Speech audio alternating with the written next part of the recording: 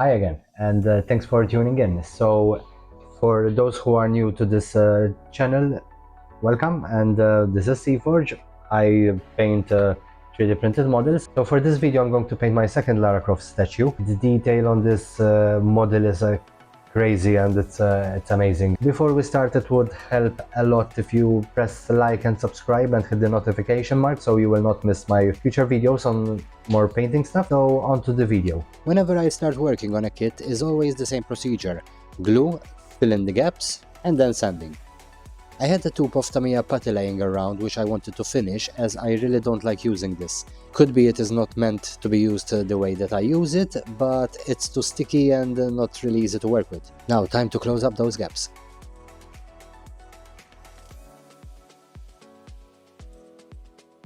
For the support marks, I'm using regular wood filler to fill up the holes, so once it's dried off it's an easy sanding job.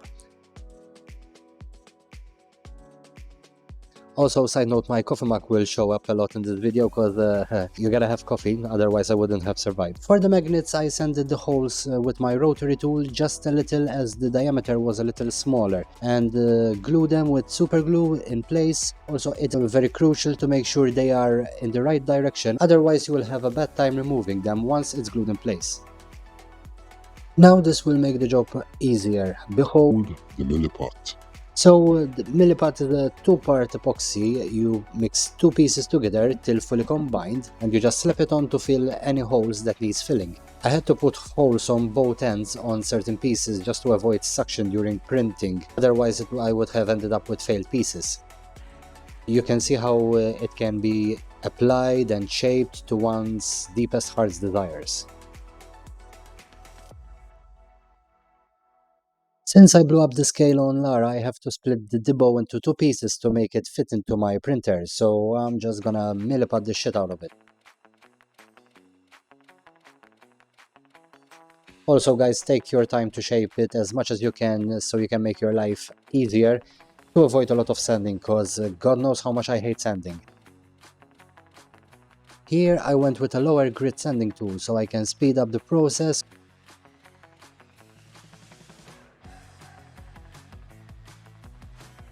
A little fit check, some more sanding, more sanding, and more sanding. This one I think was my most challenging figure yet. I mean, the detail is insane on this model, and how it all started. I did print this model way back and just didn't have time to do it. I had the figure sitting on my room and I was like, okay, I'm gonna try to do this. It was a fun project, yet it was very challenging, but I was very happy with the results, and as you can see, I will show you the process. This is where I started to try new things. Instead of the usual Zenithal using an airbrush, I went with dry brushing instead, since there was a lot of texture in all the pieces. So when I start layering the colors, I wanted to create more contrast, if that makes sense. Further to our experimentations, I used a spray can from a little distance, pressing ever so slightly for a little speckle to give it that rocky look. After that I mixed brown with a little bit of black. I added a few drops of brown ink as it was turning more on the greyish side, just to give it that brownish and that little muddy look.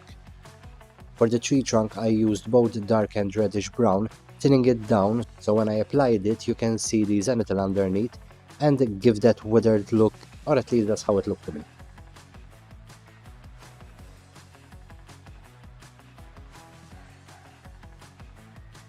Using light brown I dried brushed the high surfaces.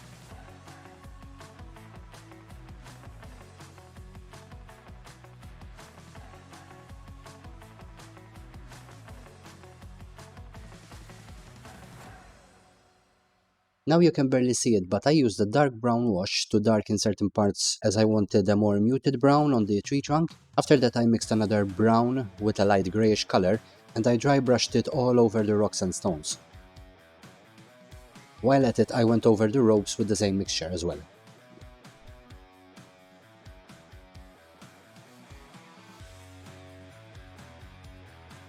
Using an ink wash I went over the vines, and staying on the inks, I colored the panels on the base as well. It's not in the renders, but when I used to play the games, tiles like that always stood out, so I went with that.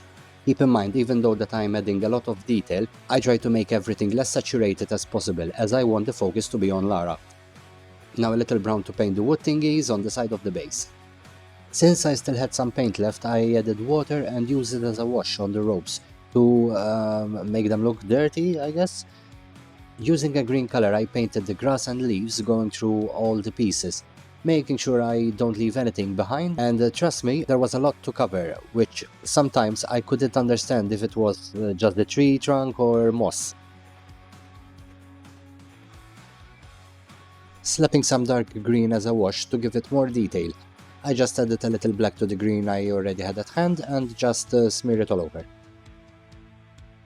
Alright folks, this time I skipped the whole zenithal prep. Painted all the skin white as a base, then started speckling in some texture, super quick and super easy. After that I thinned down some white paint with water and mixed it to soften the speckles. Then repeat the whole thing, we just want that nice layer texture. I mixed it on a light skin tone color and followed that with a soft orange to start bringing out the shadows.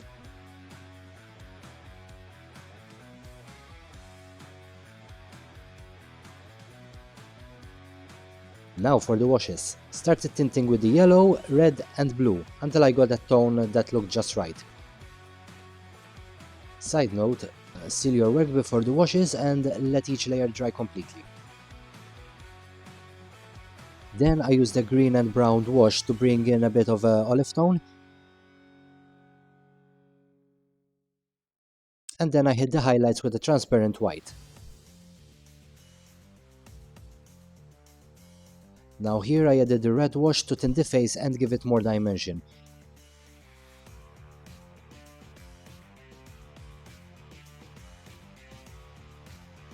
So I did the same for the other parts, but I had to cut out the clips because otherwise we would have ended up with a 2-hour video.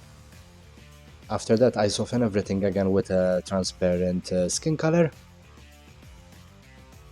Here I sketched in some veins with a watercolor pencil, and then I softened it up with a wet brush and just let that dry. If you have no idea how to place the veins, Google is a great place to start. Just look for some sketches and just trace them onto the model.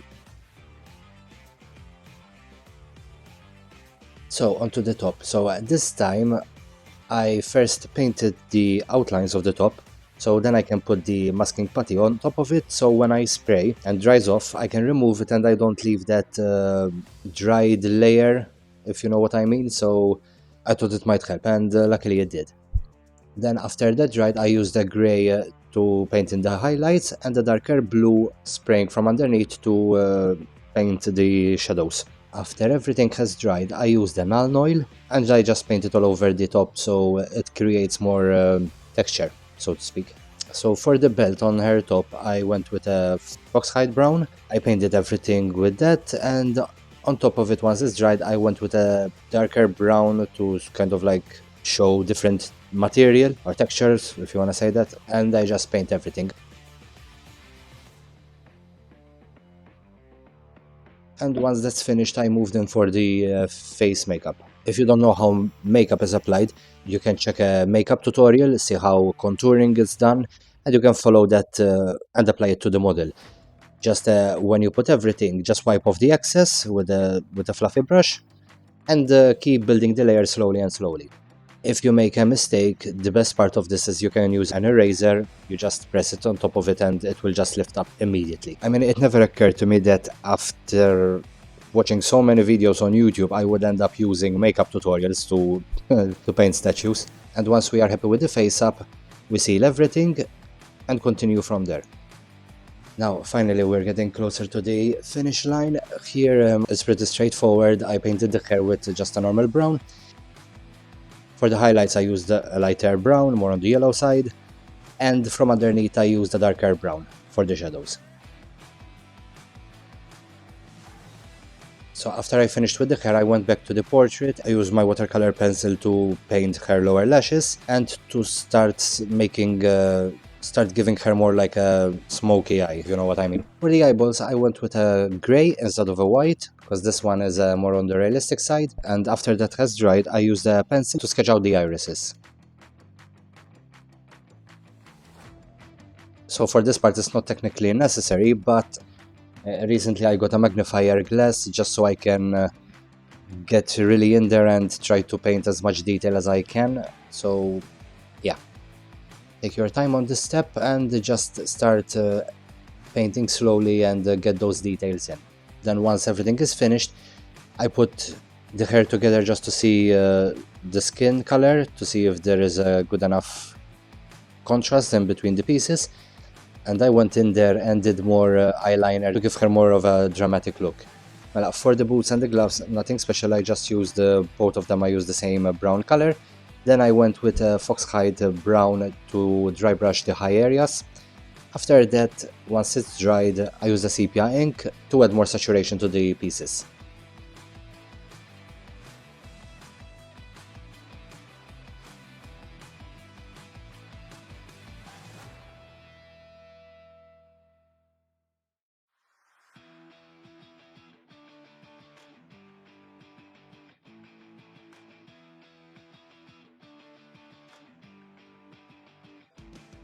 Now onto the shorts. For the shorts, I just used a reddish brown.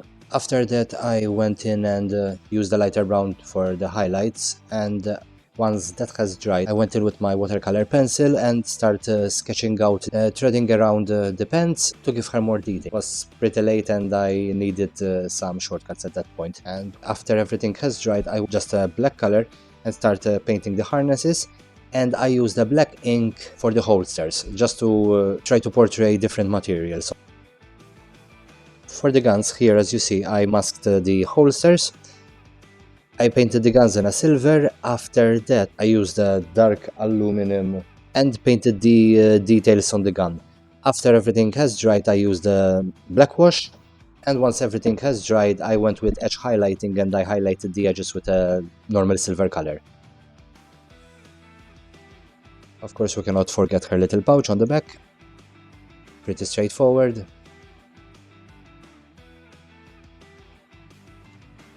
So after everything was done, I was looking at the hair and I wasn't really happy with it. So I decided to give it a red wash just to put a red tint on the hair.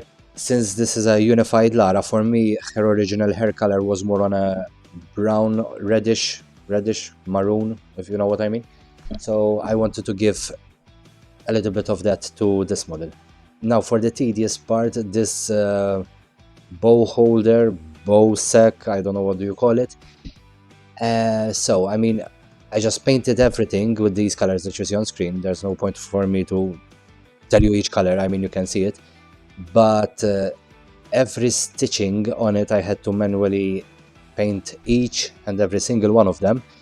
I could have used a dry brush, but doing so I would have risked staining the base color underneath. And I decided just to paint them one by one, so just to avoid more further work. Or it could be sleep deprivation was really doing a number on me and I couldn't think straight through, so I took the difficult route instead of the easy one. Obviously, don't forget the bow in her hand to use the same color so everything is a uniform color. If you have watched my first YouTube video, which was a Lara Croft statue, you will notice that the painting process is very different. So I like to try different techniques, see what works best, and how do you say, I always want to try and improve. So as you see in this short video that I did back then when I printed this model, since I printed it bigger than its actual size, I had to cut out digitally. I had to cut out all the pieces so they can fit in my printer, because it's not small, but definitely it doesn't hold the whole pieces. As I mean, it's not a small printer, but it's not big enough to do the whole pieces, to print the whole pieces as a whole. And also just to show for someone who doesn't do 3D printing or who just enjoy watching these videos, it takes a lot of work, and it's not something that you can just say, oh, I'm gonna print it and put it together and that's it. There's a lot of work involved in it, and a lot of patience as well. So as you see here, I'm painting the birds. I'm painting the part of the face, which is white. Then on the beak, since it's a bright yellow color, I cannot use it on a black base, so I had to paint that in white as well, and went over with the yellow 2 or 3 times until I got that very bright yellow color. After that I just hand paint the details, and I used some pastels to further enhance the colors.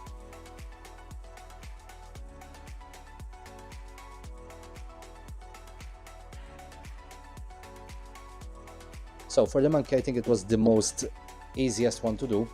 Just dry brushing a lighter gray, so I can hit the fur individually. I used an off-white color around the face area, and for the face I just used normal skin color. Just painting the eyes black, and mostly that was it. Then again, I mean, I never seen this kind of monkey here in my country, so as again, always go on Google and look for references. Yeah, I think it came pretty good. So after all the animals were done, I was looking at the toucans and I noticed that the branches they were sitting on, they were a bit dull. So I used a bright green and I started dry brushing the high points and give it more contrast as well. So you made it till the end of the video. Thank you very much for watching. I hope I will see you again in my next future video that's coming up. And if you can, please like and subscribe, and if you can share it, hopefully I will get to reach more people. I will grow my channel and hopefully do more content and teach a thing or two along the way. So yeah, I would really appreciate it. So until then, thanks for watching, and I hope to see you again. Take care.